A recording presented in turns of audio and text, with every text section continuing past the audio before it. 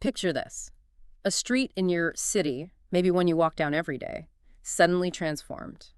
A splash of color, a new place to sit, maybe even a safer crossing. We're not talking huge construction projects here, but these quick, impactful changes. And for you, someone who wants to get the essentials without, getting lost in dense reports, that's exactly what we're diving into today. Right. We're exploring tactical urbanism. Basically, think of it as a really nimble, pretty resourceful way to improve cities. Low-cost, temporary fixes, often boosting neighborhoods. Okay. The term really gained traction around 2011, largely thanks to Mike Lydon's work. Right. So less about the grand, slow master plans and more about smart, immediate actions. Exactly. So our mission today is to figure out just how much impact this approach can really have. Can these small wins actually, scale up, lead to bigger, lasting improvements? And we've got a good mix of sources, academic studies, real-world cases, all looked at very carefully. Yeah, tell us about that. This is based on a systematic review. It is. And that's important because Right. it means it's a really robust way of tackling the topic. We're not just cherry-picking studies. It aims to look at, well, pretty much all the relevant research out there. Gives you a much more rounded picture.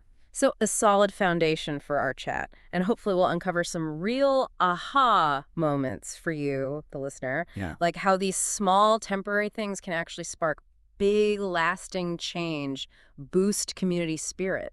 And maybe even bring some economic benefits, too. Okay, let's get into it then. What exactly is tactical urbanism like in practice?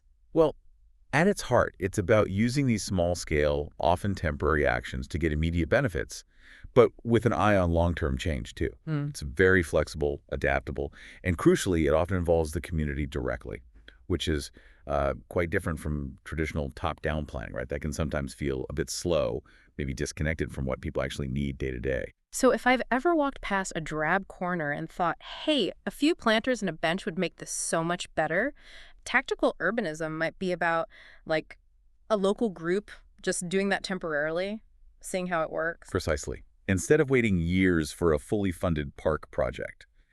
And a key idea here, something Silva and Pescaroli pointed out back in 2016, is this concept of testing. Testing. Yeah. You try out a small version of an idea, get feedback from people right there, see what works, what doesn't, before you commit to something permanent and, frankly, way more expensive. Like a real-world beta test for city stuff. That's a great way to put it. Take some of the guesswork out, I suppose. So where did this whole idea come from? What's the background? Well, the roots are kind of in this idea of incrementalism in planning. Yeah. Thinkers like Jane Jacobs were huge influences. She really championed local knowledge, community-led initiatives, how cities grow organically. Well, like the idea that people living there actually know what works best for their street, their neighborhood. Exactly. And then you also have William H. White, who famously studied how people actually use public spaces, little things, benches, sightlines. Oh, yeah, his work on plazas is fascinating. It is. And it showed how small design choices make a big difference, that human-centered focus is really core to tactical urbanism, making cities better at that human scale, often with these temporary tweaks. Okay, so it builds on some really solid thinking about how cities function best. What does the actual research say? Does it work? Well, there's a growing body of research now. And one key finding is that it can definitely be a catalyst for urban regeneration. Lydon and Garcia back in 2015 highlighted lots of examples, Like what? like pop-up parks, or maybe bike lanes that started just as painted lines on the road, or street art, stuff that showed what was possible and then led to permanent changes. Ah, so it proves the concept, shows people, residents, officials that the idea has legs, right? Makes it easier to invest later. Precisely. It demonstrates the value. Another really big area is community engagement, empowerment even. Research shows when residents are hands-on with these projects, it builds this real sense of ownership. Silva and Pescaroli's work, again, found in disaster-prone areas, these projects didn't just improve infrastructure. They actually made communities more resilient, better prepared, because people had worked together on making their place safer or better. Wow, that's powerful. It's not just cosmetic then, it's actually building social capital, resilience. Absolutely. And then there are the sustainability and economic angles, too. Go on. Many projects focus on greening pocket parks, community gardens, or promoting walking and biking, which cuts car dependency, helps public health. Makes sense. And the economic side. Yeah, things like pop-up markets, street events, they can draw people in, support local shops, give a bit of an economic boost, even if temporary. Okay, so it sounds like there's quite a bit of positive evidence stacking up. Now, you mentioned this deep dive is based on that systematic review. Remind us why that's important. Right. So a systematic review is just a very rigorous way to synthesize research. Instead of just grabbing a few studies that look interesting, it tries to find all the relevant stuff on a topic using a clear, pre-planned method. Okay. It minimizes bias, gives a much more reliable overview, Yep. and the fact this one used the PRISMA framework, that's basically a quality standard. It means they documented everything clearly, followed best practices, you'd have more confidence in the findings. Got it.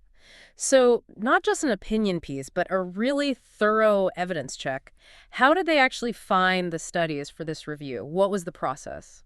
Well, first they set really clear rules, inclusion criteria, like studies had to be in English or French, published between 2000 and 2024. They needed to focus on these low-cost temporary interventions in cities, pop-up parks, temporary bike lanes, that kind of thing. Right. And crucially, the studies had to actually measure the impact of these projects on regeneration, sustainability, community involvement, whatever it was. They looked at peer-reviewed papers, conference reports, gray literature too. So a very specific target. What tools did they use to hunt for these papers? They primarily used a big research database called dimensions.ai.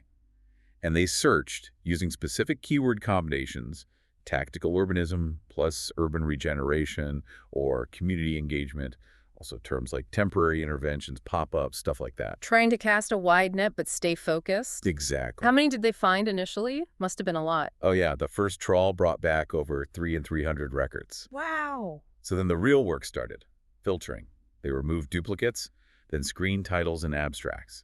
That narrowed it down quite a bit to about 230 records that looked potentially relevant. Still a fair number to sift through. What next? Then they had to read the full papers for those 230. And that's where many more got excluded. Maybe they didn't actually have data on impacts, or they weren't really about temporary interventions, or not in cities. Right, really checking against those strict criteria. Yep. So after all that careful filtering, How many made the final cut for the review we're digging into? in the end, 7 studies fully met all the criteria and provided the kind of detailed information needed for the qualitative synthesis. And 5 of those even had enough numerical data to combine statistically for a meta-analysis. 7 studies. Okay, that really shows the rigor involved. Let's get to the good stuff. Yeah. What did these individual studies actually find? Okay, let's start with one from 2021 by Cariello and colleagues. They looked at tactical urbanism in Italy, Milan, Bari, Toronto. And what was really interesting was finding that when communities themselves started these temporary things, pop-up parks, pedestrian zones, it really did make the public spaces work better and got people more engaged.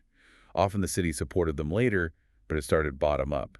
That really reinforces that community-driven point, doesn't it? How did they measure that, the functionality and engagement? They looked at things like foot traffic before and after, what activities people were doing in the space, and they surveyed residents too, asking about how useful or enjoyable they found the changes. Seems pretty thorough. Any downsides or limitations noted in that Italian study? Yeah, they did point out that because these are often temporary, the long-term benefits for things like climate or public health might be limited. You know, a pop-up park is great, but it's not the same as a permanent green space long-term. Right. They also wondered if that initial creative spark always translates into permanent change, and suggested more research on linking these tactics better with long-term city plans. Okay, so great for getting things moving, building buy-in, but the long-term integration needs work. What about the money side? Did any studies look at economic impacts? Yes, a 2023 study by Rossetti and colleagues focused specifically on that. They looked at property values as a key metric, and their findings suggested that these interventions, temporary markets, pedestrian plazas, green bits, did correlate with increases in property values and some economic revitalization in those areas. That's interesting. A potential tangible benefit for homeowners and businesses nearby. How do they track that? They used data from immobiliare.it, which is a major Italian online real estate platform. They analyzed trends around the tactical urbanism project sites compared to wider city trends. Okay, so data showing these small, maybe temporary things can have a real financial ripple effect. Any caveats there? Well, they noted it was tricky to draw really strong universal conclusions because the projects and contexts varied a lot between their case studies. Fair enough. Yeah. Also, many projects are quite recent, so long-term economic data is still scarce. And of course, other big factors like the pandemic could also muddy the waters when looking at real estate trends during that period. Right. Always hard to isolate one cause in economics. Okay, let's shift focus. What about tactical urbanism in, say, historic districts, preserving character? There was a 2023 study on that by Salehi and colleagues looking at Iran. They explored using temporary installations to kind of highlight historical landmarks. Hmm. And they found it actually boosted social participation and helped with preserving the cultural heritage vibe of those districts. How do you measure preserving cultural heritage vibe with temporary stuff? Good question. They collected quite a range of data demographics, building assessments, social and economic indicators, but also metrics on community involvement in the projects themselves, like temporary signage or events that drew attention to historic features. Okay, and limitations for that one. The main ones were a pretty small sample size, just over 20 participants, and the focus on one specific neighborhood with its own unique cultural context. So, generalizability might be limited. You can't necessarily say it would work the same way everywhere. Makes sense. Every historic place is different. Now, I think one study mentioned urban living labs. What's that about? Ah, yes. A 2022 study by Wachter looked at these urban living labs, or ULLs. Basically, they're like structured platforms for collaboration Collaboration between who? between residents, planners, researchers, businesses, whoever's relevant. Yeah. They work together on small-scale urban experiments. Wachter found that ULLs using tactical urbanism approaches testing pop-up gardens, temporary traffic calming, really boosted citizen engagement and helped shape local policies based on that real-world testing. So it's like creating a designated sandbox for trying out city ideas. Exactly, a space for co-creation and learning by doing. The study looked at who participated, the project types, environmental impacts, social interactions, economic data, resident surveys, a whole mix. Sounds like a really interesting model. Any potential downsides highlighted? Yeah, Water did point out that UL projects often stay small scale and short term, so maybe not ideal for tackling huge systemic issues directly. There are also concerns about ensuring truly equitable participation, making sure marginalized groups aren't excluded. Right. Inclusivity is key. And also the challenge of getting successful temporary experiments adopted into permanent policy, plus the reliance on often precarious funding for the labs themselves. Okay. Important practical hurdles. Lastly, one study used some pretty high-tech data, right? TomTom. That's right, Pozzoni and colleagues in 2023. They used TomTom's floating car data, basically anonymized data from vehicles using their navigation systems to see how tactical urbanism affected traffic in Bologna, Italy. And what did the data show? It showed that the interventions, like temporary pedestrian zones or street closures, did reduce traffic congestion within those specific zones and, interestingly, redistributed the traffic flow onto nearby routes. So real-time evidence of impact on movement patterns. Were there limitations to using that kind of data? Yes, they acknowledged a few. The data mainly comes from vehicles with navigation, so it might not represent all traffic perfectly, like maybe older cars or commercial vehicles without nav system. Okay. They also had to make some simplifying assumptions in their traffic models, which could affect accuracy. And again, the representativeness does data from navigation users reflect everyone's travel patterns, maybe not entirely. So powerful data, but need to be aware of who and what it represents. Okay, looking across these 5 main studies we've just discussed, what are the common threads, the big takeaways? Oh, one thing that just jumps out again and again is community engagement. It seems absolutely crucial, whether looking at space usage in Italy, economics, heritage in Iran, traffic flow. Actively involving local people was consistently flagged as vital for success. Yeah, that bottom-up element really seems non-negotiable for this approach, doesn't it? It really does. Another common thread is just the sheer effectiveness of using temporary interventions to test the waters, build support, and create momentum for bigger changes later on. It's that low-risk experimentation piece. Right, the try before you buy for city planning. Kind of, yeah. And we generally saw positive social and economic outcomes reported, although naturally the specific impacts varied depending on what the project was trying to achieve and the local context. And you should remember, these studies are from different places, different cultures, Italy, Iran. Exactly. The application and priorities differed. But the overall picture suggests tactical urbanism really can contribute. It helps revitalize spaces, promotes greener transport, and, maybe most importantly, empowers communities to shape their own environment. Okay, it sounds really promising overall, but let's be realistic. What are the actual challenges people face when trying to do this stuff on the ground? Scaling it up.